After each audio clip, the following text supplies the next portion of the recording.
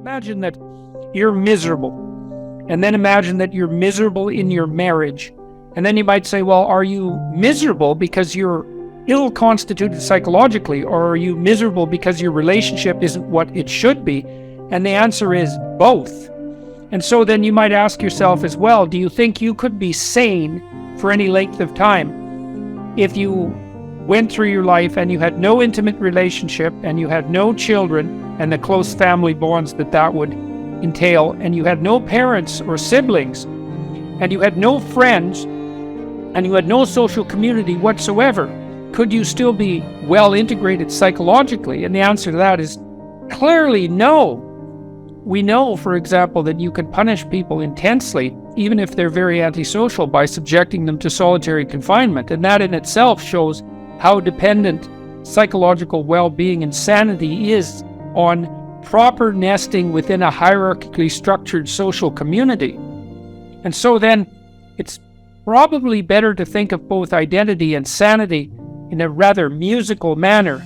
You know, in a great symphony, every note and every phrase has its place within the totality that's defined by the whole of the piece, and every part plays its part in the magnificence of the whole, let's say. And so if you're a popular child, you can play well with others, and that means that you can adopt shared and socially negotiated frameworks of identity.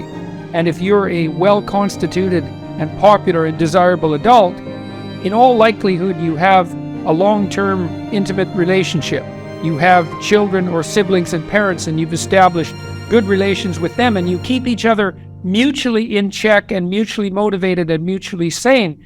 And then you have friends who are surrounding you who are contributing to that sanity, and then your family and your friends and your marriage are integrated into a broader community, and maybe you adopt your civic identity in relationship to that broader community, as all of you are doing tonight, merely by attending this event. You've decided that you're going to step outside the narrow confines of your subjectively defined identity and contribute in some manner to the integrity of the whole and all its parts. And then above the local civic community is the level of the state, and then the level of the nation, and then the level of the international order. And all of those have to be in sync and in harmony in some real sense for any individual within that entire hierarchy to be truly sane. How sane do you think you could be in the middle of a war fought between your nation and another nation? And I'm afraid you all might have the opportunity to find out sooner rather than later, although I hope that that's not the case. And so I predicated the Conservative Manifesto on the proposition that what conservatives have to offer young people is a much more comprehensive view of what constitutes identity than this idiot solipsistic claim that you define yourself subjectively like a 2-year-old, and that you can demand that people treat you according to how you feel, whatever that means, in opposition to the identity that you would negotiate as a fair player with other people. And so conservatives can say to young people, look, you want to find meaning in your life. You want to find a meaning that sustains you through catastrophe. You want to be able to be a resilient person. You want to have worthwhile things to do. And you're going to find that primarily in the service that you grant to others and in the responsibility that you voluntarily shoulder. And that's a much different story than you get to be whatever you want moment to moment because of how you feel, and that all constraints placed on your hedonic short-term self-satisfaction are to be regarded as nothing but the manifestation of power and tyranny. That's such a demoralizing viewpoint, especially for young people. When you talk to anybody who's a little older and maybe has the wisdom that goes along with age, if they're fortunate, they know perfectly well that the most of the significant and sustaining meaning that they've found in their life is a consequence of reciprocal service to others and voluntarily undertaken responsibility. That shouldn't be regarded as a limit in some sense on the quality of your life. You know, people think of marriage as a unnecessary, bureaucratic-ridden, patriarchal arrangement that's nothing but oppression, and they think of children as nothing but excess responsibility, and that's utter rubbish. You could make the same case, I suppose, about career and education. It's like, those are opportunities, man. And they're opportunities to do something significant with your life.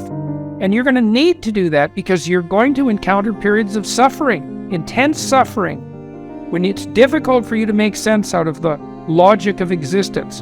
And what you'll have in those situations is, if you're fortunate, you'll have the goodwill that you've generated as a consequence of being an upstanding, productive, and generous individual and citizen. And then perhaps you'll have a little arc that can sustain you through the worst storms of your life.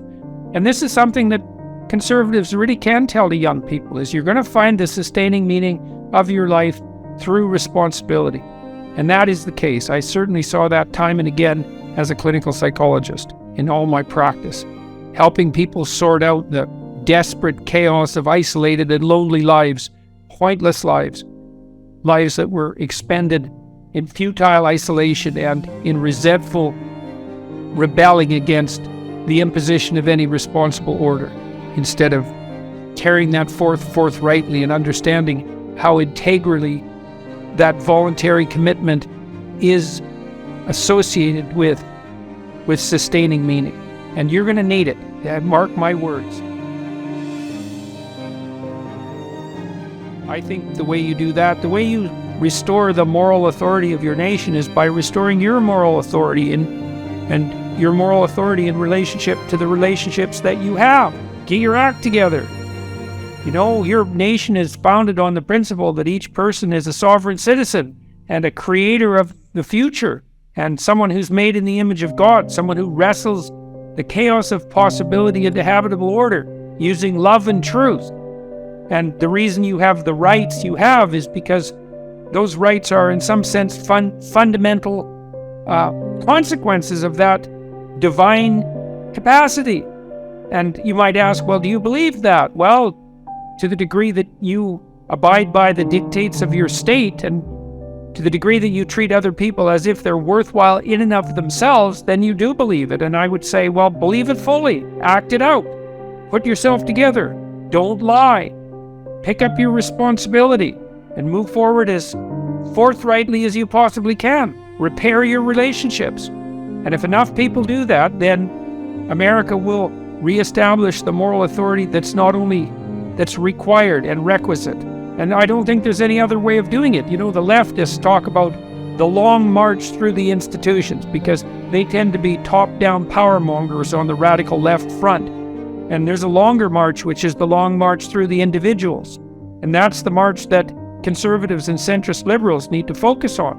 Redemption is an individual issue in many regards, even though we have to be nested in our social communities. And it's an individual responsibility. So evaluate your sins and clean them up and sort out your relationships. And then you can expand outward into the civic community and you can have a positive influence there. And there's no other way of doing it that's real. All the rest of it's just facade and treachery.